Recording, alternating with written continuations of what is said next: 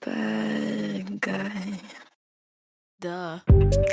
What's up, you guys? Welcome back to another episode of the Be the Villain podcast, where we take real life issues and correlate them with God and spirituality. I am your host, Danielle Grace. How y'all doing? How y'all feeling? I am feeling good. Little disclaimer, I want to put this aside here because y'all, last episode, y'all know we talked about how to truly let go and let God and truly just give it to God. Yeah. If y'all notice a difference in audio quality, it's because I accidentally, if y'all hear my dog in the back, act like y'all don't hear him. So if y'all notice a difference in the audio quality, it's because I accidentally deleted the mic audio, like the audio from my mic. Yeah, I deleted that because I was trying to free up some storage on my laptop, and I don't know, y'all, I just click and deleted everything. And then it's crazy because I moved everything to trash. If you have a MacBook, you know it goes to trash or whatever. And I pressed delete and it was like, are you sure you want to do this? Because once you do it, you cannot go back. And I was like, someone was telling me like, double check. But I was like, it ain't even that deep. Click, yeah, delete. And when I went to edit it, it wasn't there. And I almost cried, you guys. I'm surprised I didn't cry, but the tears were genuinely, they were starting to form. But I was like, just calm down. This is just a learning lesson. Just slow down next time. Okay? Yeah. So that could be significant for some of y'all to just slow down and pay attention to what you're doing. Okay? Anyways, let's just go ahead and hop into today's topic, because we are talking about how this competition or imaginary competition that we think about, it's really just you versus you. I was going to put me versus me because I said this in a couple episodes before, that this is technically just my audio diary that I make public because I generally listen to these episodes back myself. So this episode low-key kind of goes hand in hand with the episode Racing to the Finish Line to End Up in Last Place. I can't quite remember exactly what all that entails, but I just thought about it. I was like, I have an episode titled Racing to the Finish Line to End Up in Last Place, and it's really an imaginary finish line. And that's pretty much what I wanted to touch on again, about how this competition, this imaginary competition that we have in our minds, it's really fake, you guys. And if you think about it, it's really just you versus you. You are the only person that's competing against you. Of course, you may have people that think that they are in competition with you, but you know, or you should know, that there is no competition against you. And that's not even on no cocky stuff, no nothing, just generally saying that. So if you have decided to commit to the journey of self-evolution, I would first like to congratulate you on making one of the biggest decisions you will ever make in your lifetime. But secondly, I would like to ask you this question. How many times have you made this decision? Is it every January 1st? Is it every first of the month? Is it every first or the week or the beginning of every week? How often are you committing to this journey? And how far do you go before giving up on yourself? Oftentimes self-sabotage is used as a protection mechanism against, the uncertainty. But in reality, it's really just preventing you from freeing yourself out of your comfort zone. The reality is you are the problem. There's only so much motivational content, that being on podcasts, books, YouTube videos, whatever it is. There's only so much content you can take in without taking action. And if you're continuously taking in action or taking in content and you're not making moves, at this point you have just become a motivated junkie. God has placed us on earth to create, not only just for ourselves, but for the generations that we have to come. We are called to create upon the gifts that He's given us. However, sometimes we neglect them due to our own insecurities and our own doubts within ourselves. And the truth is, you probably aren't even afraid of failing. You are most likely just afraid to be seen trying. Ego is what seeks and craves validation for others. However, it's because of the ego that we turn into people pleasers. And being a people pleaser, it makes you, liked, quote unquote, by the world, but truly hated by yourself. And imagine seeking the validation from people that are quick to critique but are scared to create. What doesn't get transformed gets transferred. What I mean by that is God has already equipped you with everything that you need to better your situation. And these golden ticket ideas that we receive, they're not just because, oh, you just thought of them. No, God sent them to you. And he sent these ideas to you because he believes in you so much to bring these ideas to life. And it's important to know that he will never give you more than what you are capable of. However, when God sees that you are too cowardly to act on the ideas that he's given you, he will gladly take those ideas and transfer them over to the next runner-up who may actually be able to stand on business. Think about it like this.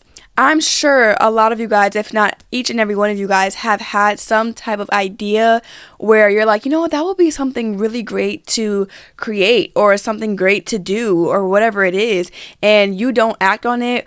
And because you didn't act on it, you're just plotting on it. Later on down the line, you will see somebody do the exact same thing and you're just like, dang, that was my idea. Like, I had that idea. Like, I should have acted on it. Yeah.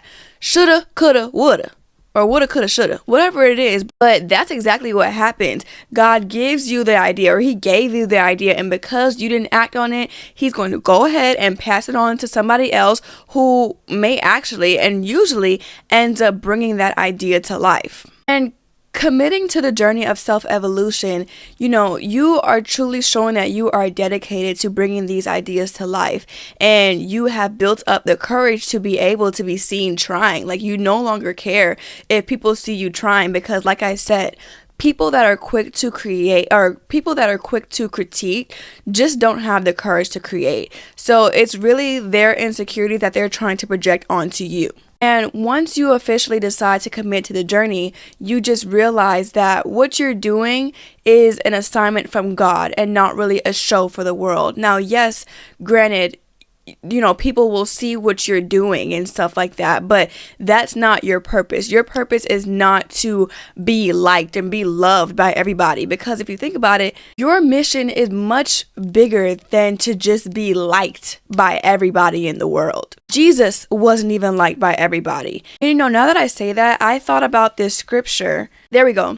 John 15:18. It says, "If the world hates you, remember that it hated me first."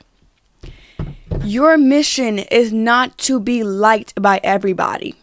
Believe me, you don't want to be liked by everybody. What's that saying? If you ain't got no haters, you ain't popping. Now, your goal is not to build like an army of haters. That's not what your goal is. Your goal is to transform the lives of others, transform yourself, be a testimony that God is real. The real don't attract the phony. The phony attract the phony because they have a hard time being real. And it's not just being real with others, it's being real with themselves as well. It's time to take ownership of your reality and truly stop getting in your own way. If you spend a lot of time in your head, you might as well just make it a nice place to be. You can't expect those that are okay in their darkness to accept the ideas and work of somebody so bright like yourself. The issue isn't them willing to accept your craft, because we all know your biggest supporters usually aren't the ones that are closest to you. And that's okay, because that's not your target audience. The issue is with you being okay to dim your light, to fit into this darkness. You are a divine light worker, and there are people that are seeking divine light workers.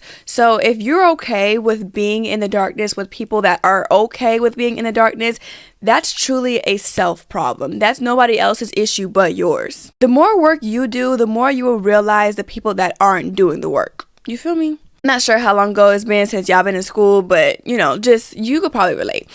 Think about it this way. When you do all the studying and you do all your homework and you're pretty much comprehending the lesson, you can immediately realize somebody that's, when they ask you a question, you're just like, I don't think you're doing the assignment, because they can ask the most basic question, even something that you have gone over in school, and you could immediately realize when somebody just wasn't paying attention or when somebody just wasn't doing what they were supposed to do. That's the same thing for healing. When you are continuously doing the work, you can recognize other people that are doing the work within themselves as well. But when you're not willing to do the work within, you will constantly be looking for the validation of the world. That's just that on that. And like I said in my last episode, I am not of this world. I just so happen to live in it. So the things of the world, they're nice, but that's not my ultimate goal. When I be having thoughts, like, I just go ahead and either write them down or I type them inside my phone in my notes. If you know, y'all probably have mad notes of just random thoughts. If not, it's okay. So I want to read to you guys what I wrote down on 111. I felt like a little poet, you feel me? So let me just read y'all what I wrote. Blessed are those that seek spiritual healing for the benefit of themselves and not for the validation of others. Losing yourself within the projected insecurities hurts your dignity. And those who sacrifice their dignity sacrifice themselves to the world. If it costs you your peace, it's too expensive. Poor management of peace means poverty within the soul. Y'all can't tell me I don't sound like a poet. Like, I know I sound like a poet, period. The ego is who wants to be heard. The ego is who wants to be seen. But the soul, he just desires peace, And peace comes from submitting to the mission that God has called you for and obeying what it is he tells you to do. Your issue and competition is no longer with other people. You need to get that out of your head because it never was. The issue is truly within. Of course, we have things that go on around us. There's trauma that we've all gone through. But I say this, and I don't know how many times I've said this in an episode. What happened to you may not have been your fault, but it is now your responsibility to deal with that emotional damage. And if you are unwilling to walk through that fire, I don't know what to tell you.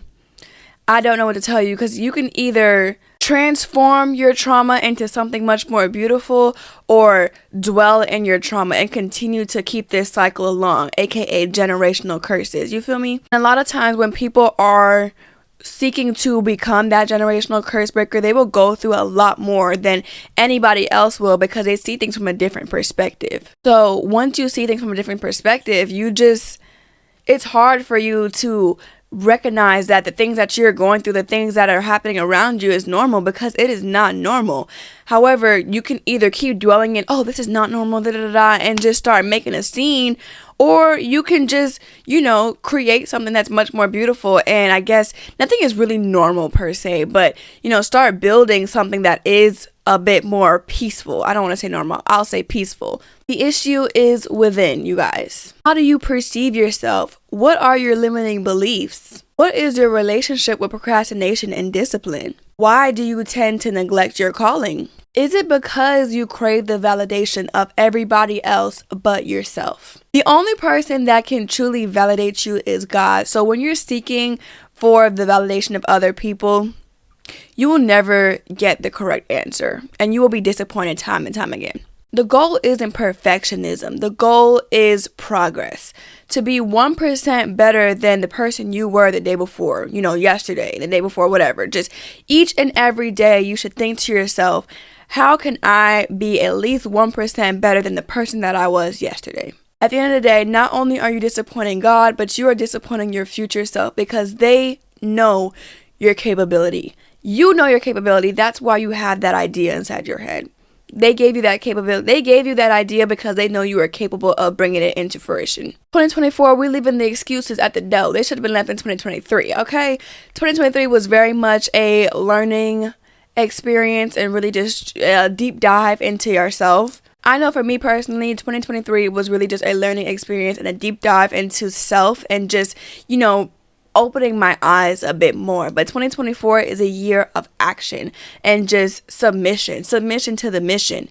Ooh, hold on. That was bars. Y'all can't tell me. I be saying it as a joke, but I don't think it's a joke anymore. I think I'm gonna book a studio session. No, I'm playing. But yeah, you guys, so that's all I have for today's episode. It may be on the shorter side, but who cares? I hope y'all found this helpful for real, to get out of your head, because at the end of the day, you are your only competition. Simple. To all of my returning villains, thank you for tuning in to yet another episode of Be the Villain. This is episode 17? Dang, this is episode 17? That's crazy.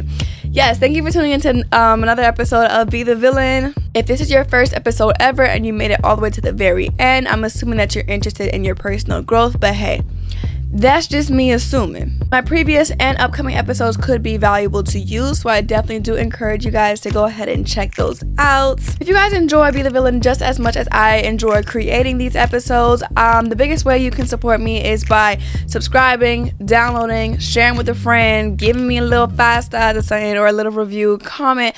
I don't know, just engage with the episodes so I know that y'all are enjoying them. I appreciate and love every single one of you guys. So as always, stay true, stay blessed, and be the villain. Bye.